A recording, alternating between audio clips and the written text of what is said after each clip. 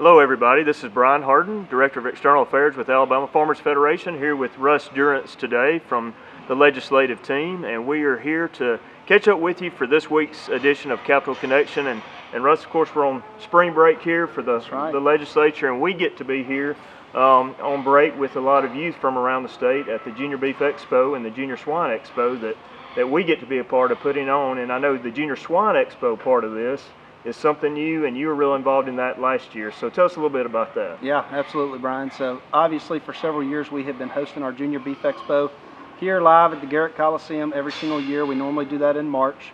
That event is held in conjunction with the Southeastern Livestock Expo, which includes the rodeo here in the Garrett Coliseum. But something that we haven't had for several years is additional species away from our beef side. So we've got kids all over the state that are interested in showing swine.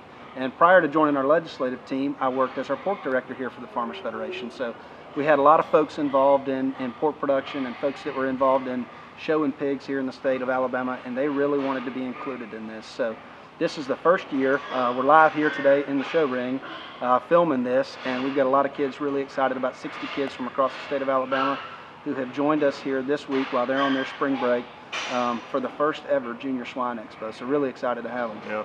Well, this is fun for us too, because after being in the hallways of the legislature for so many weeks, it's nice to get out here and get our boots dirty and enjoy the weather. Got the rain, I think, out of the way. Looking forward to a pretty weekend. That's right. But kind of going back to the legislative session, of course, we had a lot going on that we were watching this week as the Farmers Federation, and had a little bit of a surprise during the week with the introduction of a new gambling bill, a lottery bill that came in through the House. So we'll be watching that, and I know we want our members to be engaged and talking with both their members of the House of Representatives as well as their senators, because we left this week with the senators anticipating a gambling bill coming up. It did not come up, fortunately, on Thursday, but we encourage our members out there to continue to talk with their members both in the Senate as well as the House of Representatives to hopefully keep those from even coming up in either chamber. Yeah, we've got 7 days left when we come back from spring break, so it definitely makes it hard to try to get something done with only 7 legislative days left. So we're hopeful that neither that House bill dealing with the lottery nor the Senate bill dealing with full-scale casinos comes up in those last 7 days. But one thing that we do need to come up is our farm package, Brian. We've been busting ourselves on that one for several weeks now, really working on 3 big bills coming out of the House. One of them is House Bill 412. That's our Sweet Grown Alabama Act bill that Van Smith is here with us today to share a little information about that. That one still has not gotten out of the House. We hope that one gets out of the House next week when we get back into the State House. But House Bill 415 by Representative Gil Isbell deals with the ability for a county to charge a farmer a business license. That one is upstairs, and it's out of Senate committee, ready for the Senate floor, and has already obviously passed through the House. The last one is House Bill 400. That's dealing with grain bins and their tax exemption status being ad valorem taxes, exempt from ad valorem taxes. Wes Kitchens from ARAB is carrying that one for us, and we're real proud of the work he's doing on that. We've gotten it out of Senate committee as well, so it's also ready for the floor. So definitely a busy time with us once we get back in the State House with 7 legislative days left. Trying to fight off all the gambling bills, various gambling bills, and trying to get our stuff across the finish line.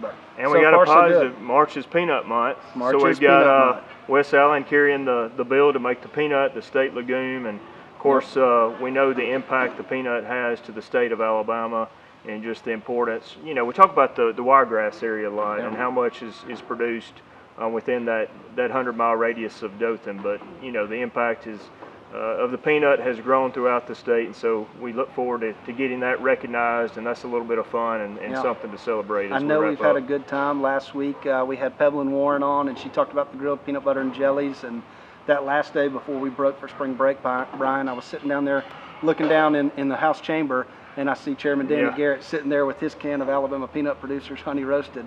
I think we met till about 8 o'clock that night, and we had plenty of folks down there enjoying some of those peanut snacks on the floor. Well, it's really kind of tied together nicely too.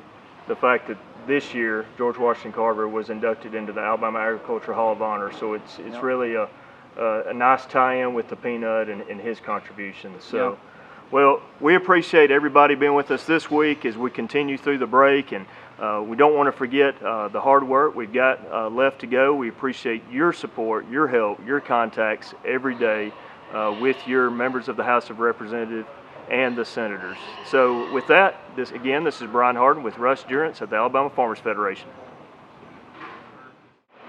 House Bill 412 is an opportunity for the state to help work with farmers to give added margin to their value-added products.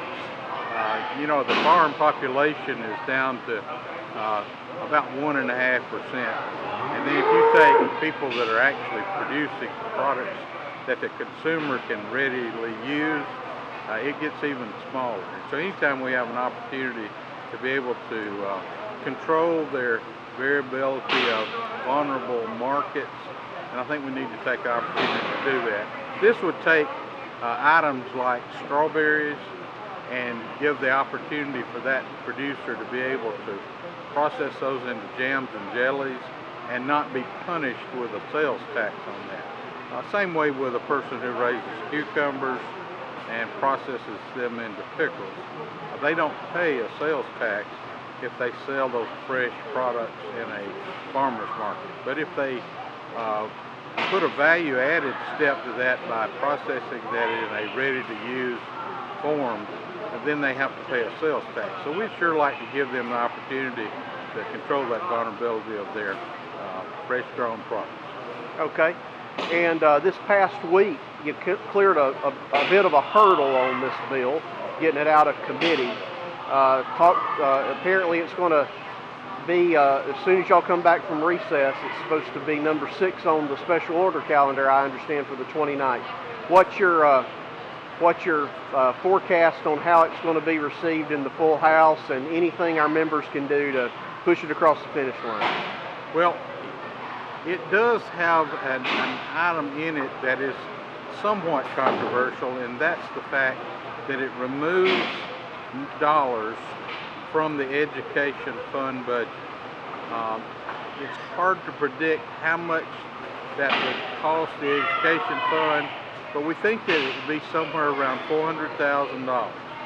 Now, to me, that can be made up very easily with the process of doing the value-added step, which would be to purchase equipment to process cucumbers to pickles, to process equipment to go from strawberries to jams and jellies, plus also the sugar and all that has to be purchased. So I think it'll easily make up the $400,000 that could go in to the education fund budget.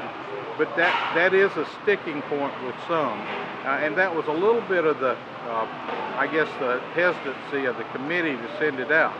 But I can tell you we had a unanimous vote to get it out of committee, and so I do see that there might be some resistance, but I'm very optimistic when it gets to the floor because we have a House of Representatives that is very concerned about our farm community.